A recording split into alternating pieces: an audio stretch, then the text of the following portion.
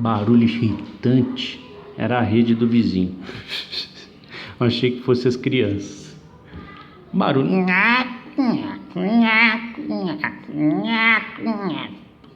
Me desconcentra, mas vamos lá. O que eu estava falando mesmo? Já nem lembro mais. Bom, vamos voltar, não lembro mais. Pô, irritante o barulho. Parece que tá, bom, fazendo sei lá o que na lousa não, na rede. A rede estava animada, viu? Acho que estava namorando na rede. Vamos lá. A aula com uso, então vou voltar aqui para o texto da moça, né? A aula com uso exclusivo de data show é muito mais rápida, muitas vezes nem dá tempo de refletir direito e tirar dúvidas. Além disso, ali a informação já está pronta, construída, né? Ela não foi construída junto, ela já veio construída. Outro ponto, na discussão dos resultados, a autora aponta que o uso exclusivo de slides nas aulas podem se tornar em um roteiro tão rígido que acabam tornando-se mecânicas em sua exposição, ou mesmo mecanizadoras em termos de aprendizagem, né? Então isso é um aspecto interessante, né? Quando você segue uma aula, a aula do tio aqui não está nada mecânica, né? A rede fez barulho, eu parei o vídeo, né?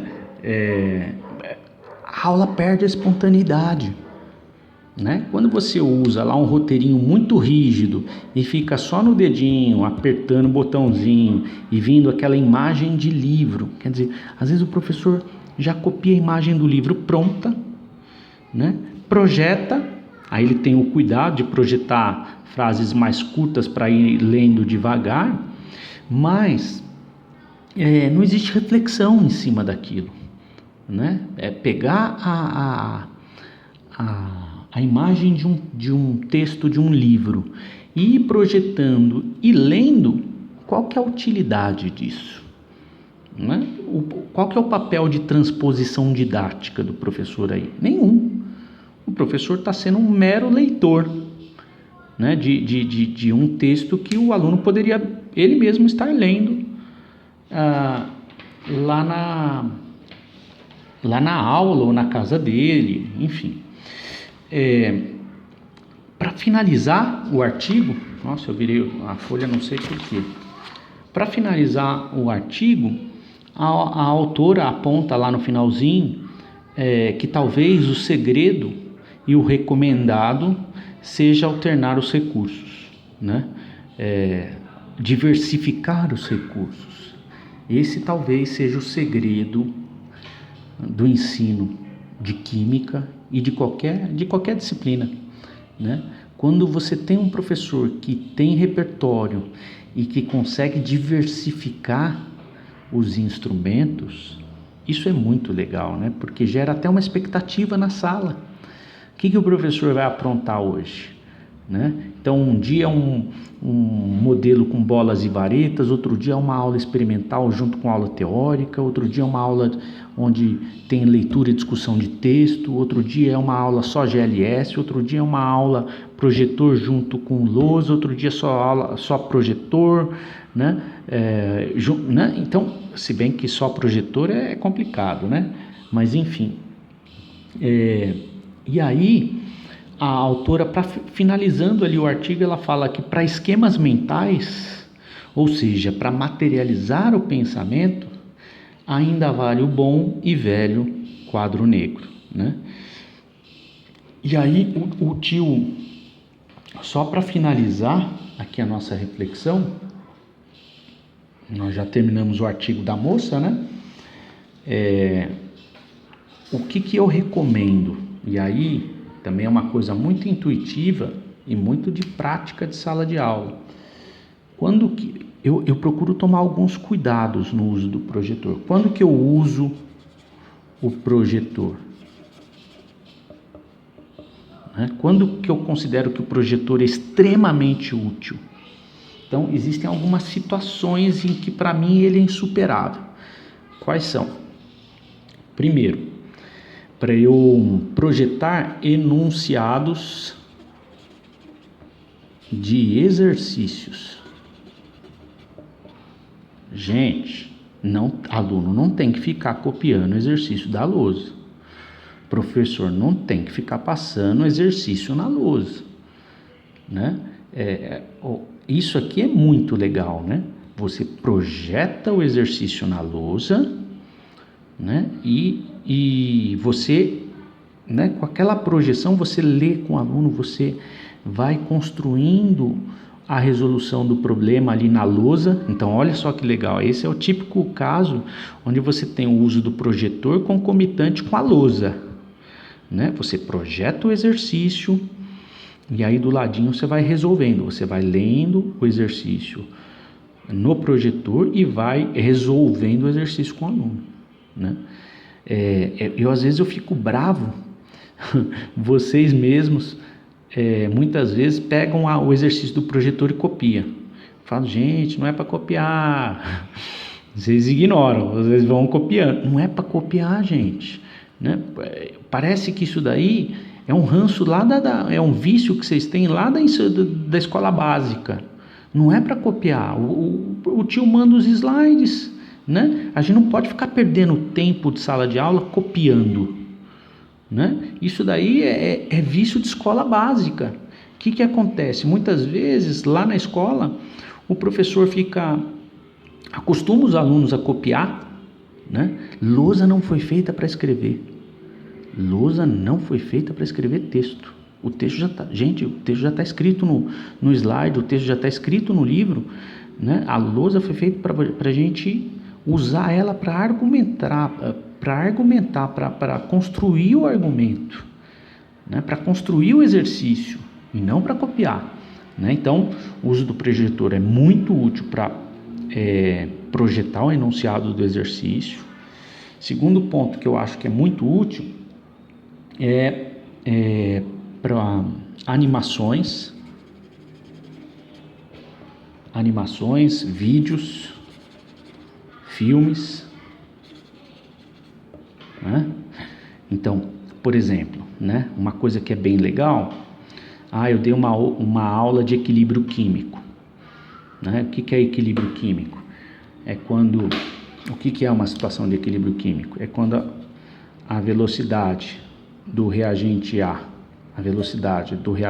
se convertendo em B se iguala à velocidade de B se convertendo em A. Quando essa velocidade V1 se iguala à velocidade V2, eu tenho uma situação de equilíbrio químico, certo? Muito bem, eu mostro isso daí na lousa com vocês, lembra no curso de quali e tudo mais, mostro, você faz de um jeito, faz de outro. Você finalizou a aula teórica, aí você tem, por exemplo, uma animação que mostra as moléculas do reagente A se convertendo nas moléculas do reagente B, né? E isso ocorrendo na mesma velocidade, muito legal. Ilustra e enriquece o conceito visualizado no quadro. Então isso aqui, é fundamental, gente.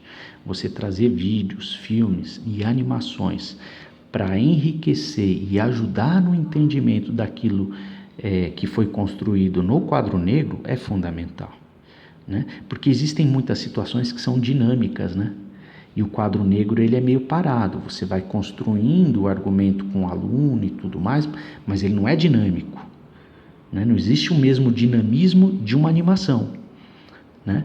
Então, e aí, gente, a gente não pode abrir mão. Olha, primeiro constrói o argumento na lousa, depois você mostra uma animação no projetor que ilustra aquilo, enriquece aquilo, e aquele aluno que não compreendeu com essa linguagem, vendo essa linguagem, de repente cai a ficha, né? Então é fundamental esse tipo de proposta de uso de projetor.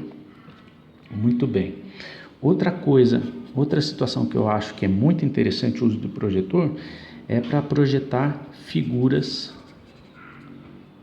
difíceis, tá? E aí A gente pode pensar isso em vários, eu preciso projetar um mapa do Brasil. Eu não vou projetar eu não vou, né, desenhar o mapa do Brasil na lousa, né? Então, às vezes eu preciso trazer uma certa dinâmica para minha sala, onde eu preciso fazer um comentário sobre um aspecto de uma região lá no mapa do Brasil, mas eu não posso perder tempo desenhando o mapa do Brasil. Então eu projeto esse mapa e aí eu vou lá e comento algum aspecto do mapa, né? Você pode pensar, vamos pensar isso para química, sei lá, eu preciso mostrar o comportamento ácido da molécula da fenolftaleína. Então estou lá em quant, dando quant para vocês, e aí eu quero mostrar como é que funciona, qual que é o mecanismo de ação de um indicador ácido-base, né? Então eu preciso mostrar o comportamento ácido da fenolftaleína. Só que a molécula da fenolftaleína é gigantesca. Pensa no tio desenhando essa molécula no quadro. Eu vou demorar meia hora, eu vou estar de costas para vocês, né? Enquanto isso, se são alunos do ensino médio ou do Fundamental 2, o pessoal está se matando atrás de mim e eu estou lá desenhando a molécula, né? Então, o projetor ele é fundamental para essas situações, né? Para simplificar algumas coisas. Então, eu não quero o propósito. Perceba que é uma questão de propósito. O meu propósito é, a partir do desenho, né, extremamente complexo da fenolftaleína, né, tem lá um hidrogênio que é ionizável, que está lá pendurado na molécula. Para mim pouco importa a molécula. O que me importa é esse fenômeno aqui, mostrar o comportamento ácido da molécula de fenolftaleína, mostrar a quebra, a saída do hidrogênio da molécula, né? Isso aqui, eu posso até simplificar essa estrutura toda por de indicador, né? Mas primeiro eu mostro a molécula para o aluno. Então eu economizo um tempo danado. Percebe? Vamos pensar na dinâmica da sala, né? A gente precisa começar a pensar nisso. Você já imaginou? Eu viro de costas para os alunos, mesmo da faculdade, eu viro de costas e perco lá, 5 minutos desenhando essa molécula. Aí eu erro, acerto, até ela ficar prontinha, né? Eu só queria mostrar isso, a quebra, a saída do hidrogênio da estrutura. Vale a pena perder um tempão desenhando a molécula para mostrar só essa saída do hidrogênio?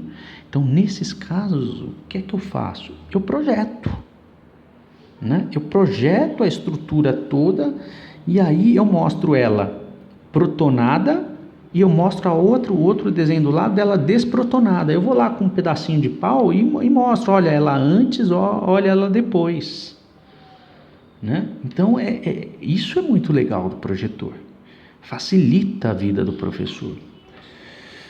Muito bem, outro uso que eu gosto bastante de fazer é para projetar frases longas, frase muito longa.